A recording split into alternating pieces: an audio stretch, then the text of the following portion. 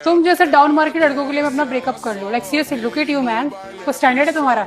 नहीं, मैं गाली नहीं दे सकता। अरे मुझे पता है हर चीज की एक कीमत होती है, तुम भी बोलो। कीमत तो Yes. तुम्हें लगता है मैं 1000-2000 में बिकने वाली लड़की हूँ?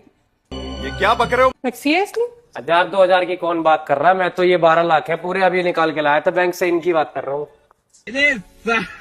कि पैसे दिखाने से लड़कियां आती हैं, वो बहुत गलत है। हाँ ठीक है, चलते हैं। बिक गई, बड़ा हरामी हो बेटा। चलते हैं। हाँ और जो वो हस्बैंड है होने वाला उसका क्या? अरे ये और ब्रेकअप कर लूंगी, शादी तोड़ दूंगी, ब्लॉक मार दूंगी, और क्या। पक्की बात है। पक्की बात है। रक्षाबंधन आ रहा, राखी और बांध देना। राखी बांध दूंगी, छहत्तर ढकवा दूंगी, और बोलो चले बेबी।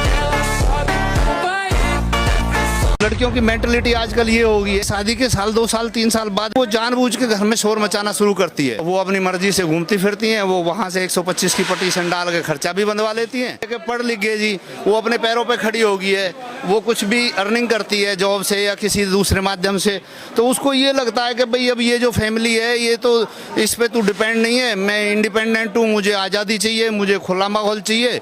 तो वो एक साजिश के तहत क्या करती है, शादी के साल 2 साल 3 साल बाद एक आध बच्चा पैदा करने के बाद ना, और साजिश के तहत वो जानबूझ के घर में शोर मचाना शुरू करती है और झगड़े बना करके वो केसें डालती हैं, और केसें डाल के उसमें फिर वो खर्चे के उसके 3-3 4-4 केस डाल देती हैं।